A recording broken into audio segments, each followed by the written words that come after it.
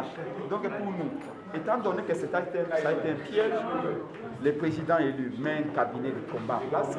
Nous sommes tous des soldats, ces commandos. Dans les mois ou les semaines à venir, nous allons descendre sur les terrains avec des manifestations de grande avenue pour exiger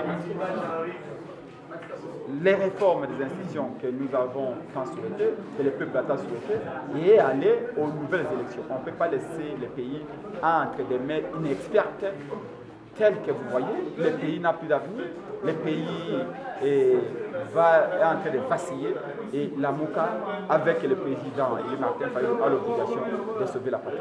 Voilà l'essence de ces points de presse et l'essence de l'installation de l'actuel gouvernement.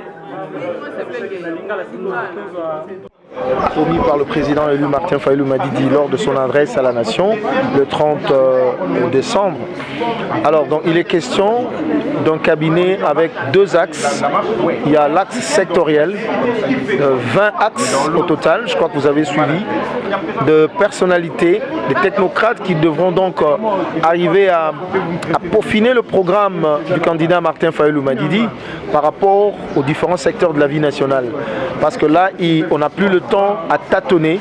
Il faut très rapidement, lorsque ça sera possible, qu'on puisse apporter des solutions idoines aux problèmes, aux nombreux problèmes d'ailleurs qui minent le pays. Et puis, deuxièmement, l'axe opérationnel. Donc, ce sont effectivement des compatriotes qui vont devoir réfléchir pour voir comment est-ce qu'on devrait accompagner le peuple congolais dans le combat de la récupération de sa souveraineté. Comme vous le savez, la souveraineté de notre peuple est confisquée aujourd'hui par M. Kabila et M. Tshisekedi. Il faudrait donc que le peuple récupère sa souveraineté pour qu'il soit celui qui va désigner les gens qui devront prendre son destin en main. Et donc, un cabinet est déjà là. Pour des raisons stratégiques, il n'est pas question qu'on puisse donner des noms parce que la tâche est ardue. Nous ne voulons pas, comment dire, travailler en parlant. Dans le silence, on va travailler. Ce qui compte, ce sont les actions. Ce qui compte, c'est le résultat. Et il sera là. C'est moi qui vous réponds. La classe politique congolaise, la configuration politique congolaise est dominée par trois grandes tendances. Il y a la MOUCA, il y a l'Union Sacrée et puis il y a FCC. Tu ne peux pas, à notre entendement, être en même temps dans l'Union Sacrée et être aussi dans la MOUCA ou dans la MOUCA dans FCC. Moïse Katumbi et Jean-Pierre Bemba, par le fait même qu'ils sont partis vers l'Union Sacrée, ils cessent automatiquement d'être membres de la MOUCA. Ils devraient eux-mêmes logiquement tirer toutes les conclusions, les conséquences qui se posent, dire ouvertement à la population, nous avons décidé de ne plus être membres de la MOUCA. Remarquez, Félix était parti, Kamer était parti, Matoumou était parti, Moussa Moussa était parti. Si Bemba et Moïse Katumbi partaient, ça ne changera rien parce que la MOUCA, c'est l'émanation du peuple. Alors, présentez l'impact de la publication de ce nouveau membre du cabinet du président Martin Fayulu. Vous avez eu affaire avec un homme qui promet, qui réalise. Le 30 décembre, lorsque le président élu Martin Fayulu avait adressé un message à la nation, il avait dit le 20 janvier, je vais rendre public mon cabinet. On est quelle date aujourd'hui? Le 20. Donc il a tenu parole jour pour jour. Le 20 janvier, il a rendu public son cabinet. Mais c'est un cabinet de combat. Ce n'est pas seulement un cabinet qui va essayer un peu, comment dirais-je, le traiter, mais c'est vraiment un cabinet qui est là pour se battre pour que jamais plus dans ces pays, le peuple puisse élire ses dirigeants qu'on mette d'autres. D'ailleurs, je pense que tu as senti la détermination, comment dirais-je, dans le discours.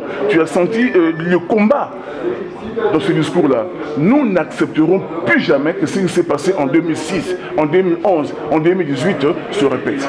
Monsieur le Président, et si vous dites qu'en principe, les deux leaders, notamment Moïse Katumbi et Bemba, devraient en principe faire une déclaration publique selon laquelle ils ne font plus partie justement de la MOUCA, pendant que l'un de vos leaders, je cite ici Lisanga Boulanga, avait déjà dit que par le fait qu'ils ont répondu justement à l'appel de Félix Tshisekedi, ils se sont auto-exclus. Est-ce que n'est pas là peut-être un contraste? Non, il n'y a pas de contraste. Quand je disais tout à l'heure que par rapport à leur démarche, ils devaient tirer toutes les conclusions qui s'imposent. Ça veut dire quoi? Ils se sont distancés, si vous voulez, de la ligne Lamouka. Nous étions à Lubumbashi, on avait mis en place, comment dire, dans notre compassion, vous savez, il y avait eu... Moïse Katoum devait donner la coordination à Jean-Pierre Bemba. Et c'est Mme Bazeba qui était là, à Lubumbashi. On a mis en place une convention.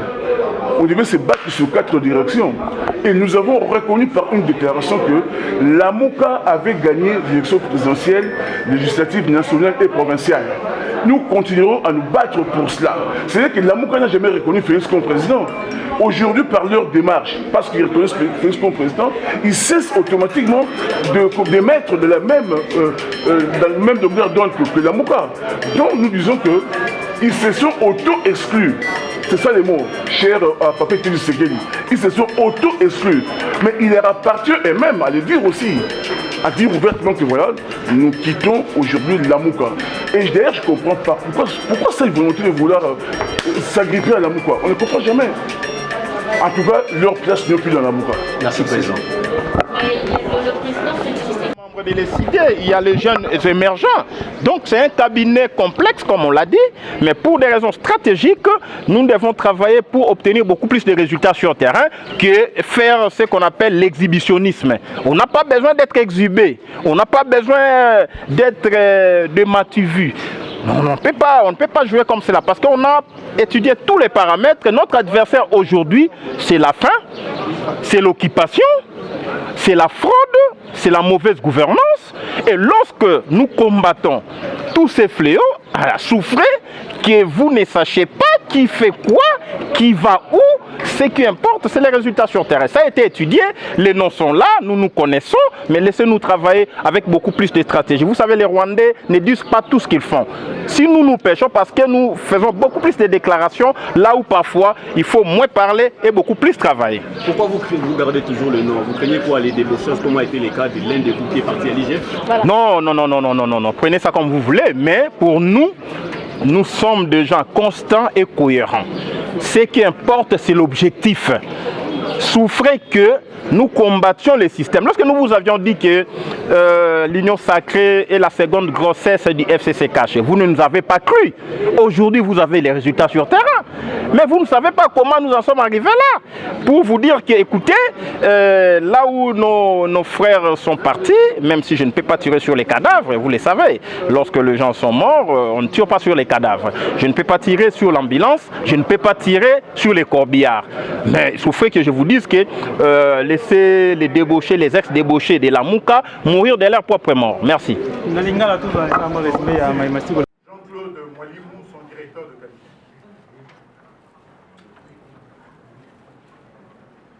Mesdames et messieurs de la presse, lors de son adresse à la nation le 30 décembre dernier, le président Martin Fayulu Madidi avait fait un diagnostic sévère et révoltant de la situation politique, sécuritaire, économique et sociale de notre pays. Aussi avait-il annoncé la mise en place d'un cabinet pour accompagner le peuple congolais dans la reconquête de sa souveraineté. Un cabinet de combat composé de femmes et d'hommes qui s'engagent résolument pour un Congo fort, digne et prospère. Une équipe dynamique, composée d'anciens et de nouveaux en politique, certes, mais aussi des jeunes, des technocrates, des membres de la société civile et de la diaspora. Et formation professionnelle, 18, industrie, commerce extérieur et entrepreneuriat, 19, mines et hydrocarbures, 20, sport, jeunesse et éducation citoyenne. Ce cabinet travaillera d'arrache-pied pour intensifier la mobilisation du peuple congolais autour de la proposition de sortie de crise du président élu, de manière à déclencher sa mise en œuvre et permettre aux parties prenantes d'entreprendre consensuellement des réformes institutionnelles profondes, urgentes et nécessaires. Ces réformes porteront notamment sur la Commission électorale nationale indépendante, la loi électorale, la Cour constitutionnelle, l'armée, la police et la sécurité, la lutte contre la corruption, ainsi que la justice et les droits humains. Les actions du cabinet seront guidées par les 10 principes suivants. 1. La souveraineté du peuple congolais. 2. Vérité des urnes. 3. Le respect de la Constitution et des lois de la République. 4. L'intégrité du territoire national. 5. La bonne gouvernance et la lutte contre la corruption. 6.